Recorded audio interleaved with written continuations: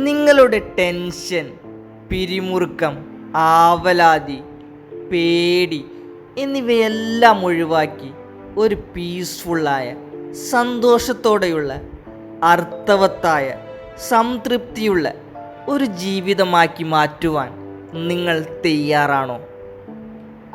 എല്ലാവർക്കും success club Malayalam ചാനലിലേക്ക് സ്വാഗതം. ആരംഭിക്കുന്നതിന് മുമ്പ് നിങ്ങൾ ഇതുവരെ ഈ ചാനൽ സബ്സ്ക്രൈബ് ചെയ്തിട്ടില്ലെങ്കിൽ സബ്സ്ക്രൈബ് ചെയ്യാനും ബെല്ലൈക്കൺ എനേബിൾ ചെയ്യാനും മറക്കരുത്. എന്താണ് മൈൻഡ്ഫുൾനെസ്? മൈൻഡ്ഫുൾനെസ് എന്നത് കേവലം ഒരു വാക്കിനേക്കാൾ കൂടുതലാണ്. അതൊരു ജീവിത രീതിയാണ്.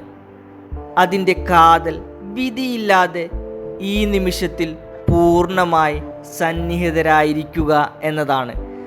അതായത് ഭൂതകാലത്തിൽ നടന്നതിനെക്കുറിച്ച് ചിന്തിച്ച് വിഷമിച്ചും സങ്കടപ്പെട്ടും ഇരിക്കാതെ, ഭാവിയിൽ നടക്കാൻ പോകുന്നതിനെക്കുറിച്ച് ആലോചിച്ച് ടെൻഷനടിച്ചും പേടിച്ചും ജീവിക്കാതെ പൂർണ്ണമായി ഈ നിമിഷത്തിൽ ജീവിക്കുക എന്നുള്ളതാണ്. കഴിഞ്ഞുപോയ കാര്യങ്ങൾ കഴിഞ്ഞു.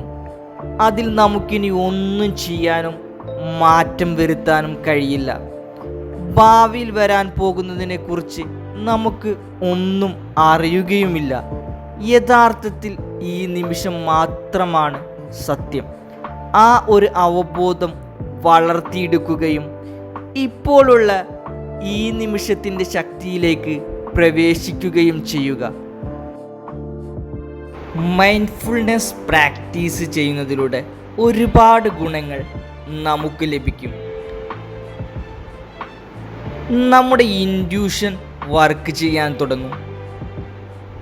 നമ്മുടെ ലോ ഓഫ് അട്രാക്ഷൻ മാനിഫെസ്റ്റേഷൻ പെട്ടെന്ന് നടക്കും. നമ്മളെപ്പോഴും ഹാപ്പി ആയിരിക്കും. മറവി കുറയും. ആരോഗ്യം മെച്ചപ്പെടും. ഇതുപോലുള്ള ഒരുപാട് ഗുണങ്ങൾ മൈൻഡ്ഫുൾനെസ് പ്രാക്ടീസ് ചെയ്യുന്നതിലൂടെ നമുക്ക് ലഭിക്കും.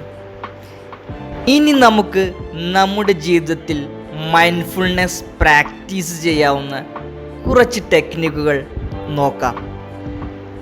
പ്രാക്ടീസ് നമ്പർ 1: ശ്രദ്ധാപൂർവമായ ശ്വസന വ്യായാമം.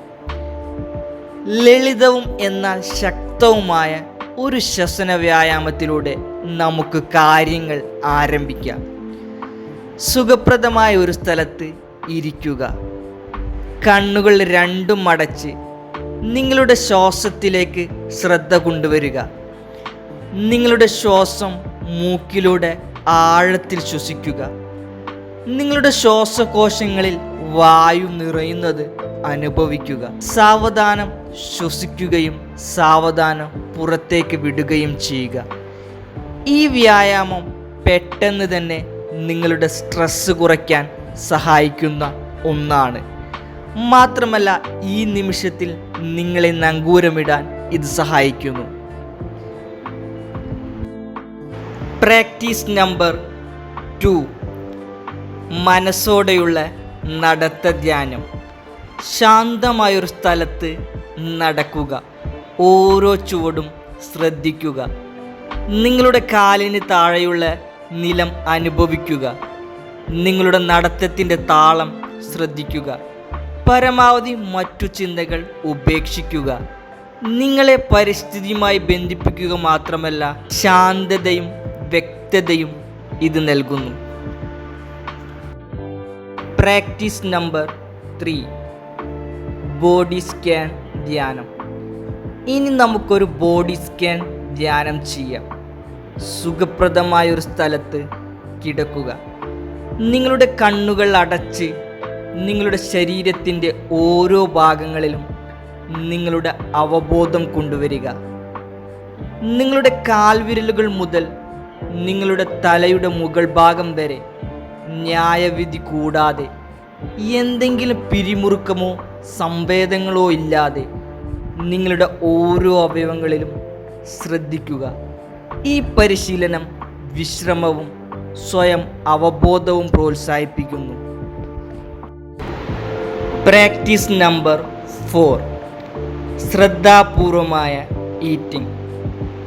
മനഃശക്തി ധ്യാനത്തിൽ മാത്രം ഒതുങ്ങുന്നില്ല. അത് ഭക്ഷണം കഴിക്കുന്നതുൾപ്പെടെയുള്ള ദൈനംദിന പ്രവർത്തനങ്ങളിലേക്കും വ്യാപിക്കുന്നു. നിങ്ങളുടെ ഓരോ ഉരുളയും വായിലേക്ക് കൊണ്ടുവരുമ്പോൾ അതിൻ്റെ സ്മെൽ അനുഭവിക്കുകയും വായിൽ വെച്ച് ചവച്ചരച്ച് അതിൻ്റെ എല്ലാ രുചികളെയും അനുഭവിക്കുകയും ആസ്വദിച്ച് രുചികളെ അഭിനന്ദിച്ചും നിങ്ങളുടെ ഭക്ഷണം തൊണ്ടയിലൂടെ ഇറങ്ങിപ്പോകുന്നത് ഫീൽ ചെയ്തും ആസ്വദിച്ച് നന്ദിയോടെ കഴിക്കുക. നിങ്ങളുടെ ഭക്ഷണ സമയത്ത് പൂർണ്ണമായി സന്നിഹിതരായിരിക്കുന്നതിലൂടെയും ശ്രദ്ധാപൂർവമായ ഭക്ഷണ വ്യായാമം പരീക്ഷിക്കുക. ഈ ലളിതമായ പരിശീലനത്തിന് ഭക്ഷണവുമായുള്ള നിങ്ങളുടെ ബന്ധത്തെ മാറ്റിമറിക്കും. ആരോഗ്യകരമായ ജീവിതശൈലി പ്രോത്സാഹിപ്പിക്കുകയും ചെയ്യും. നിങ്ങളുടെ ദിനചര്യയിൽ മൈൻഡ്ഫുൾനെസ് കൊണ്ടുവരുന്നത് വളരെ പ്രധാനമാണ്. അത് വീട്ടുജോലികൾ ചെയ്യുകയോ ജോലി ചെയ്യുകയോ പ്രിയപ്പെട്ടവരുമായി സമയം ചിലവഴിക്കുകയോ ആകട്ടെ, പൂർണ്ണമായും അവിടെ സന്നിഹിതരായിരിക്കാൻ ശ്രമിക്കുക. ആ നിമിഷം ആസ്വദിക്കുക.